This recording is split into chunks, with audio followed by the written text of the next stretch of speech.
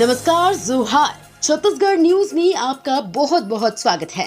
इससे पहले आप न्यूज को कहां से देख रहे हैं, कमेंट में जरूर बताएं। साथ ही चैनल को सब्सक्राइब करना बिल्कुल ना भूलें।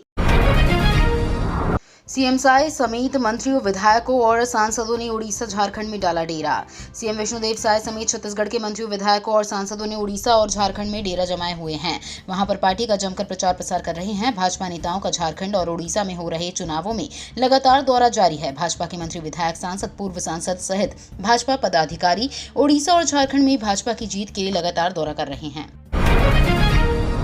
छत्तीसगढ़ में लोकसभा चुनाव का खेला खत्म होते ही विधानसभा के उपचुनाव की दस्तक। छत्तीसगढ़ में लोकसभा चुनाव खत्म हो चुका है। लोकसभा चुनाव खत्म होते ही विधानसभा की चुनावी तैयारी ने राजनीति में दस्तक देना शुरू कर दिया है। राजनीतिक दल विधानसभा चुनाव की तैयारी को लेकर रणनीति बनाने में जुट रहे हैं। हालांकि विधानसभा चुनाव का जो आधार बन रहा है उनमें अभी वक्त है, लेकिन लोकसभा चुनाव में 4 ऐसी सीटें हैं जिन पर लोकसभा चुनाव के बाद विधानसभा के उपचुनाव हो सकते हैं। हालांकि ये सिर्फ कयासबाजी का दौरा है। कितने सीटों पर उपचुनाव होगा? युवा उद्यमियों के लिए अच्छी खबर, करियर को मिलेगी ऊंची उड़ान। 200 करोड़ की लागत से बनेगा सेंटर। MSME टेक्नोलॉजी सेंटर स्थापना की राह हुई आसान। निर्माण के लिए नोडल एजेंसी हुई नियुक्त। युवा उद्यमियों के लिए अच्छी खबर है कि आने वाले दिनों ने अपनी सपने और करियर को ऊंची उड़ान दे सकेंगे। ऐसा इसलिए कि सूक्ष्म, लघु व मध्यम मंत्रालय ने MSME टेक्नोलॉजी सेंटर स्थापना की अनुमति दे दी है।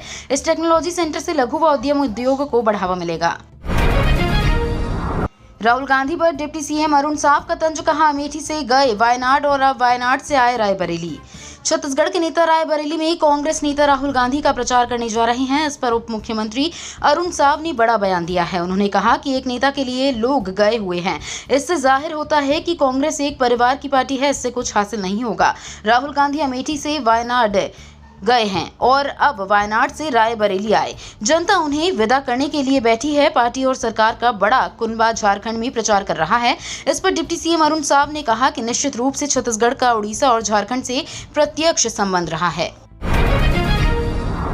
मुख्यमंत्री विष्णुदेव साय ने उड़ीसा में गिनाई भाजपा सरकार की उपलब्धियां।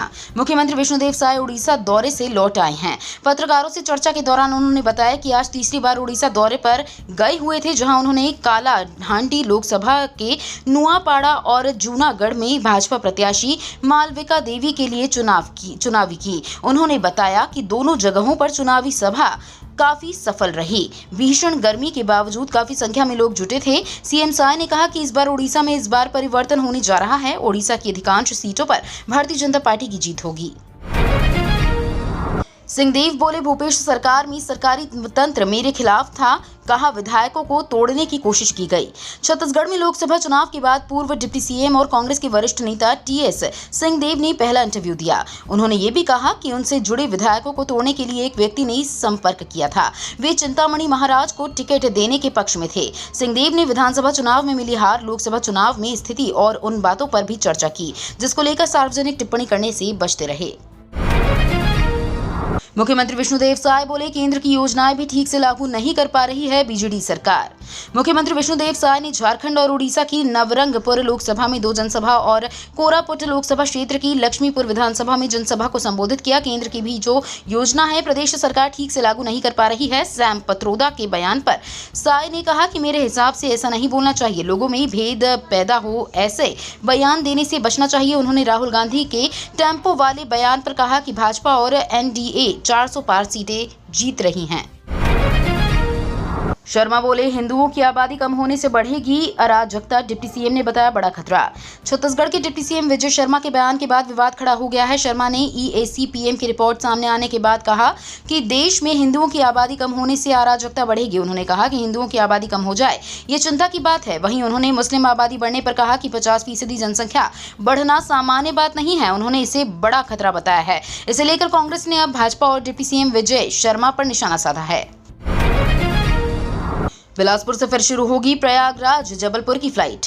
छत्तीसगढ़ के बिलासपुर से प्रयागराज और जबलपुर के लिए बंद की गई फ्लाइट जल्द शुरू होगी। दिल्ली, कोलकाता के साथ ही रायपुर, अंबिकापुर से रांची तक की फ्लाइट भी जल्द शुरू की जाएगी। इसके लिए अलायंस कंपनी और राज्य सरकार के बीच सहमति बनी है। हवाई सुविधाओं के विस्तार को लेकर दायर जनहित याचिका की सुनवाई के दौरान अलायंस कंपनी ने हाईकोर्ट को ये जानकारी दी है। चुनाव के बाद सेंट्रल और स्टेट जीएसटी एक्शन में 6000 से ज्यादा कारोबारियों की जीएसटी की नोटिस। जीएसटी का फर्जीवाड़ा और चोरी करने वाले 6000 से ज्यादा बड़े कारोबारियों की पहचान कर ली गई है। लोकसभा चुनाव निपटते ही अब इन्हें नोटिस भेजा जा रहा है। इनमें कई कारोबारी ऐसे हैं जिन्होंने समय पर रिटर्न दाखिल नहीं किया है। कई कारोबारियों ने रिटर्न तो जमा किया है, लेकिन उनमें जबरदस्त गड़बड़ी है। कुछ ऐसे हैं जिन्होंने अचानक कारोबार बंद कर दिया है।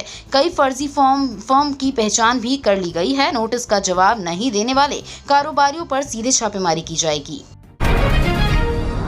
धान खरीदी में फर्जीवाड़ा, 2 करोड़ के घोटाले में शामिल 10 आरोपियों के खिलाफ एफआईआर दर्ज है। छत्तीसगढ़ के महासमुंद जिले के जाड़ामुड़ा धान खरीदी फर्जीवाड़ा में 10 अन्य लोगों के नाम पर एफआईआर दर्ज किया गया है। बता दें कि महासमुंद जिले में धान खरीदी में 2 करोड़ रुपए का फर्जीवाड़ा किया गया है। इस मामले में जोड़े गए 10 अन्य आरोपियों में संतलाल प्रधान, निराकार प्रधान, दासरथी प्रधान, बोधराम मनोहर सहित अन्य लोगों के नाम शामिल हैं। छत्तीसगढ़ एक्सप्रेस समेत कई ट्रेनें 12 घंटे तक लेट, आधा दर्जन ट्रेनें कैंसिल। ट्रैक मेंटेनेंस और तकनीकी कारणों के चलते भारतीय रेलवे की ओर से आधा दर्जन यात्री ट्रेनों की रूट प्रभावित हुए हैं, जिससे भीषण गर्मी और वेडिंग सीजन में यात्री परेशान हो रहे हैं। रेलवे ने दावा किया है कि यात्रियों की सुविधा के लिए अतिरिक्त ट्रेन चलाई जा रही हैं और राशि रिफंड करने की व्यवस्थित व्यवस्था भी की गई है। रेलवे ने अपील की है कि यात्रा शुरू करने से NTES पर ट्रेन की लोकेशन देखकर ही यात्रा शुरू करें। छत्तीसगढ़ में दवाओं का टोटा, मुश्किल में टीबी के 12,000 से ज्यादा मरीज। मध्य प्रदेश में 6 रोग से पीड़ित 12,000 से अधिक मरीज दवाओं का स्टॉक समाप्त होने से संकट में हैं। प्रदेश में दवा की सप्लाई पूरी तरह ठप हो गई है। सरकारी अस्पतालों में फरवरी से ही टीबी दवाओं की किल्लत शुरू हो गई थी। कुछ समय तक तो अस्पतालों में जैसे तैसे काम चलता रहा, लेकिन पिछले 1 माह से दवा बिल्कुल खत्म हो चुकी है। स्वास्थ्य विभाग के अधिकारियों का कहना है कि प्रदेश के सभी मुख्य चिकित्सा एवं स्वास्थ्य अधिकारियों को स्थानीय स्तर पर खरीदी के निर्देश दिए गए हैं। छत्तीसगढ़ में अगले 5 दिनों तक बारिश और आंधी चलने के आसार। छत्तीसगढ़ में एक बार फिर से मौसम का मिजाज बदलने वाला है। मौसम विभाग के अनुसार अगले 5 दिनों तक प्रदेश में अंधड़ के साथ बारिश के आसार हैं। साथ ही सोमवार 13 मई से बारिश की गतिविधि भी बढ़ सकती है। बारिश होने से तापमान में गिरावट आएगी और गर्मी से राहत मिलेगी। विभाग के अनुसार अगले 2 दिनों में अधिकतम तापमान में 3 डिग्री सेल्सियस तक की बढ़ोतरी होगी। उसके बाद तापमान में गिरावट आएगी। चुनाव आयोग ने मल्लिकार्जुन खड़गे के आरोपों का दिया जवाब। कांग्रेस अध्यक्ष मल्लिकार्जुन खड़गे के मतदान आंकड़ों को जारी करने में देरी को लेकर उठाए गए सवालों का चुनाव आयोग ने जवाब दिया है। आयोग ने खड़गे समेत सभी विपक्षी दलों के आरोपों को खारिज कर दिया। आयोग ने कहा कि खड़गे के आरोप निराधार और तथ्यहीन हैं। ये जानबूझकर भ्रम फैलाने का प्रयास लगता है। ऐसे बयानों से मतदाताओं की भागीदारी पर गलत प्रभाव पड़ सकता है और कर्मचारी हतोत्साहित हो सकते हैं। ये तो थी आज की बड़ी खबरें। अगर आपको न्यूज़ पसंद आई हो तो वीडियो को लाइक और शेयर करना बिल्कुल ना भूलें। धन्यवाद।